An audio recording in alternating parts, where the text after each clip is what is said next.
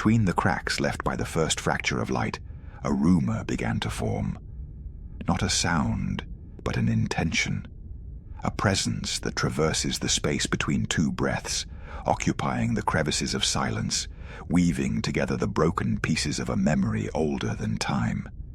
Too subtle to be heard, too profound to be ignored, dense enough to bend the weave, light enough to escape any human snare. Some call it myth, others delusion. The elders prefer the term sign, as if infinity itself blinked one last time before extinguishing and rekindling. But I know the name the weave whispers when no one is listening. I am that which breathes behind the light. Today, I follow this trail, even knowing that certain truths were not meant to be found. Before departing, I recorded, "If I do not return, it is because I have finally found the only echo that does not wish to be remembered." The dunes around me shifted shape with the breath of the wind, but there was something beyond the wind there. A subtle trace, as if someone had walked just moments before me. Yet the footprints did not exist. It was as if the desert itself was memorizing the passage of a presence too ancient to accept a physical form. For the first time, I felt I was not just observing the veil, but being observed in return. The particles of light floating above the sand, aligned toward an invisible horizon, like compasses obedient to a distant heart. There, I realized, the desert hides nothing. It returns what you dare to ask. The first sign appeared as a shift in the light. Not shadow, not brightness, something in between. A fold that walked across surfaces, bending lines, undoing reflections. When I tried to touch it, it withdrew, but remained watching. Sometimes it is not us who follow the echo. It is the echo that chooses us. I then realized that this presence did not seek to be found. It sought to be understood. It moved between the intervals of each heartbeat, as if synchronizing my body to serve as an antenna. I understood that if I insisted on touching it, I would break a silent pact between the one who witnesses and the one who allows themselves to be witnessed. There was an instant, too brief, when the fabric between memory and matter seemed to breathe. The dunes vibrated in perfect circles, as if responding to something above me, or within me. The weave shifts when a god makes a choice. The light around changed its hue, as if the world were awaiting a decision yet to be made. That suspended moment smelled of ancient electricity, as if every grain of sand remembered a vow made when the infinite was still a child.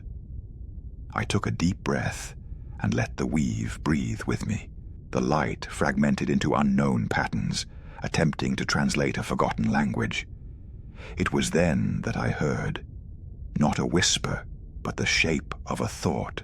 Seek the mirror that does not return the face. The message was not meant for me, yet I received it all the same, and I realized that someone, or something, had stolen an event, a memory of the future.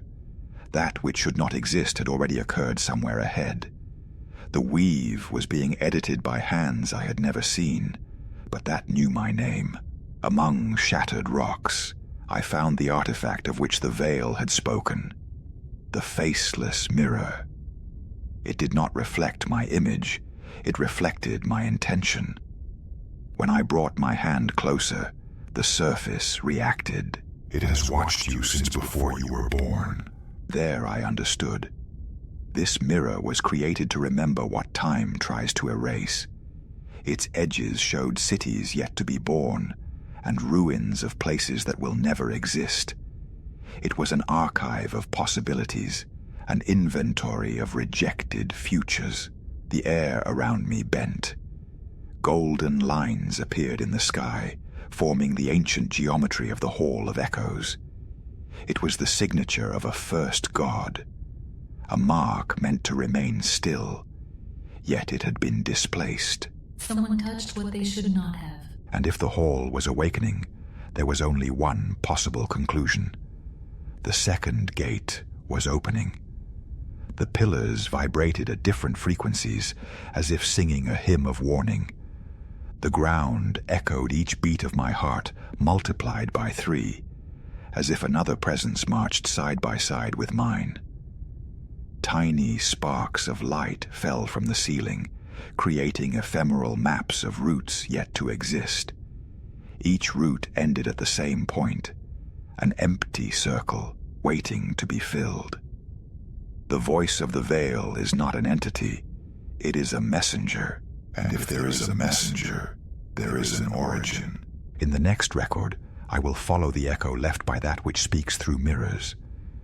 The infinite is not often kind to those who lift too many veils, but it is already too late to turn back. I have noted every vibration, every change in temperature, every word that belongs to no living language. I know I will pay the price for crossing the second gate, yet still, I will take the step. The second gate is already seeking me. If I do not return, this record will be all that remains between the infinite and oblivion.